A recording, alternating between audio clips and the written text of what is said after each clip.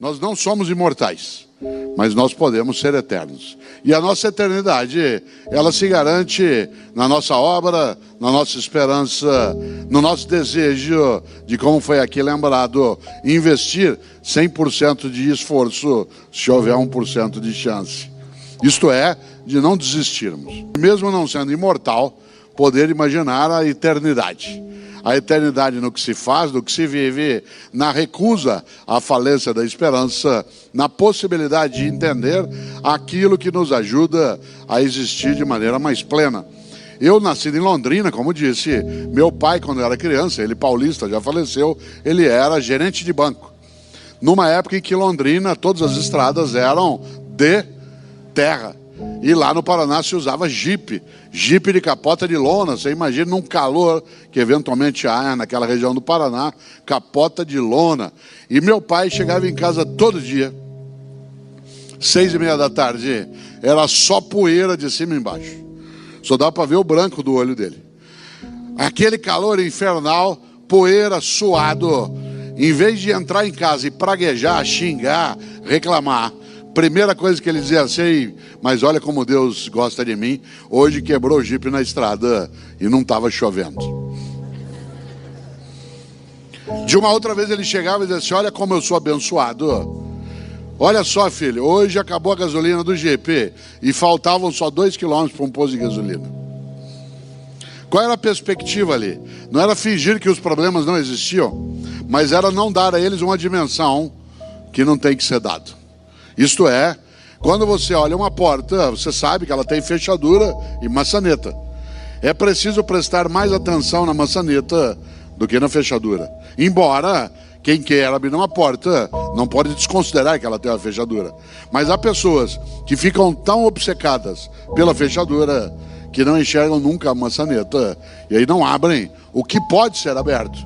E nesse sentido, claro, a ideia de uma capacidade de ter a percepção do não desistir, de ir buscar, de procurar, é algo decisivo. Na vida é preciso ter esperança, mas tem que ser esperança do verbo esperançar. Porque tem gente que tem esperança do verbo esperar. E esperança do verbo esperar não é esperança, é espera. Eu espero que dê certo, espero que resolva, espero que aconteça. Isso não é esperança, é espera. Esperançar é ir atrás, é se juntar, é não desistir. Esperançar é ter uma postura ativa em relação àquilo que pode, inclusive, nos perturbar, como perturba estando vivo. Eu gosto muito de lembrar de uma situação que vivi há uns 5 anos em São Paulo. Estava eu num congresso da área de enfermagem. E quando terminou, havia um debate. 2.000 enfermeiras num espaço. E aí uma enfermeira, a hora que terminou a atividade, que ela veio para o debate, ela perguntou, pegou o microfone e fez uma pergunta que um filósofo gosta de responder. Ela virou e falou assim: professor, o que o senhor quer que fale sobre o senhor no seu velório? Pergunta funda. E eu aí dei uma volta, fui a Platão, Aristóteles, Heráclito, Parmênides, Anaxágoras, Anaxímenes, Pitágoras, Zenão. Falei, eu vou pegar essa enfermeira na volta, ela vai ver. Fui dando uma volta. Na hora que eu terminei, virei para ela e falei assim: e você? O que você quer que fale de você no teu velório? Ela falou, quero que fale assim: nossa, ela está mexendo.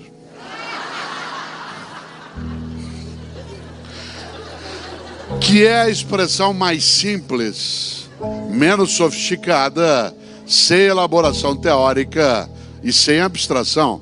Afinal, o que é que um ser vivo deseja? Permanecer vivo. Se essa vitalidade nos honra, se essa vitalidade ainda é digna, se essa vitalidade não nos machuca. Nesse sentido, é claro que o sentido da vida se coloca na possibilidade de tê-la naquilo que ela pode ser de plenitude, naquilo que impede, algo decisivo. Quando você é jovem, como há vários aqui, para você chegar a 60, 70, demora. Quando você tem 20 anos, alguém de 60 anos já está perto do check-out. Quando você tem mais de 60... Outro dia eu fui renovar meu cartão de crédito, que já estava bem antigo, o cartão de crédito. Renovei. E aí fui fazer uma compra na internet e naquele momento da compra em que você tem que colocar a data de validade do cartão de crédito, eu quase fiquei meditando, meu cartão tem mais validade que eu. Quando teu cartão tem mais validade que você, é preciso pensar. Minha mãe, 86 anos de idade, domingo retrasado, estava eu caminhando na praça com a minha mulher, aí encontrei com ela, fim de tarde. Ela falou, filho, eu estava agora lá na igreja, sabe o que uma velhinha me falou? Eu falei, mãe, defina a velhinha. A senhora tem 86 anos. Ela falou, deve ter uns 88, por aí. A vida é muito curta para ser pequena. E quando é que você e eu apequenamos a vida? Quando a gente tem uma vida banal, fútil, superficial, inútil, morna, descartável. Um grande pensador gaúcho tem uma frase de uma clareza, só não entende quem não quer. Disse ele, a única coisa que você leva da vida é a vida que você leva. A única coisa que você leva da vida é a vida que você leva. Não é a vida que te leva. É a vida que você leva. Com a tua condição, com a tua esperança, com a tua turbulência, com a tua dificuldade, mas sem acovardar-se, sem desistir, sem entregar. Interessante.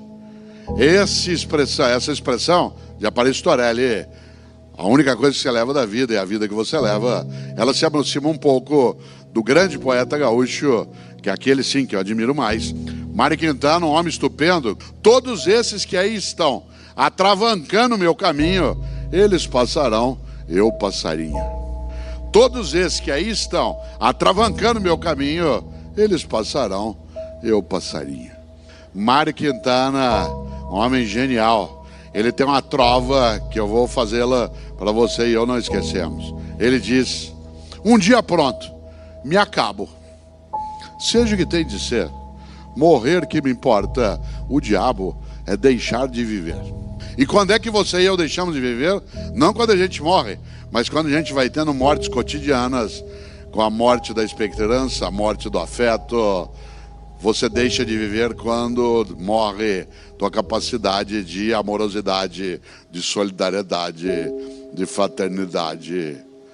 Por isso, quando Disraeli fala, a vida é muito curta para ser pequena, é claro que nós não somos, obviamente, imortais. Mas nós podemos ser eternos. Claro que imortais não somos.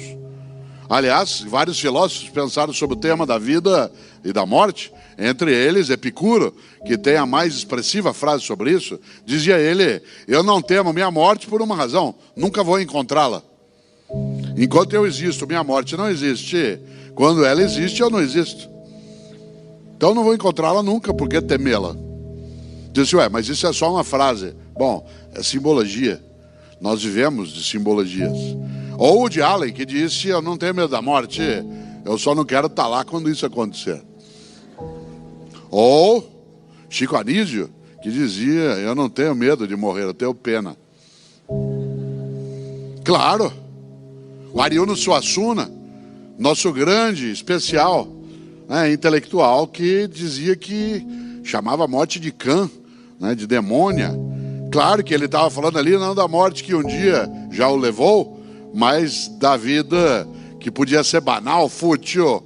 E é claro que Ariano Suassuna continua vivo na sua obra, no seu projeto. Cada vez que um de nós assiste o Alto da Compadecida, vive ele outra vez? Claro. Mas não precisa ser um escritor, um ator, não precisa ser um inventor.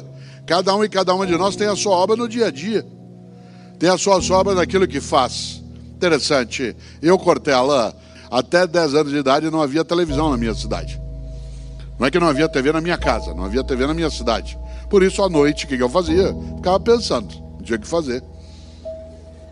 E do que eu pensava? Que no dia que eu morresse, qual seria o meu epitáfio? Isto é, qual seria a inscrição no meu túmulo? Eu já tinha tendência à inutilidade filosófica e ficava pensando isso. Hoje eu não tenho mais essa questão porque eu não quero ser sepultado, quero ser cremado. Essa é uma decisão individual, cada um que decide. Se você observa, um dos sentidos da vida é ser capaz de não descuidar das outras vidas e da própria. Um dos sentidos da vida é cuidar da vida, seja da própria, seja de outras e outros. E nesse sentido, claro, se a gente lembra a necessidade de pensar na obra. E eu imaginava até 10 anos qual seria o meu epitáfio. Um dia eu sosseguei, cheguei ao epitáfio que eu queria. Eu não estou aqui. Se você imagina, a expressão eu não estou aqui é um sinônimo daquilo que aqui é sempre lembrado, de que nós não somos mera materialidade que se encerra com o perecimento de uma biologia.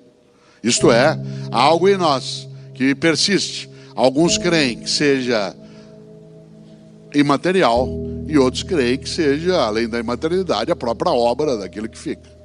Olha que coisa interessante. Quando a gente imagina qual é o impacto que isso carrega, é necessário lembrar de novo. A vida é muito curta para ser pequena. E quando é que você e eu apequenamos a vida? Quando a gente tem uma vida banal, fútil, inútil, superficial.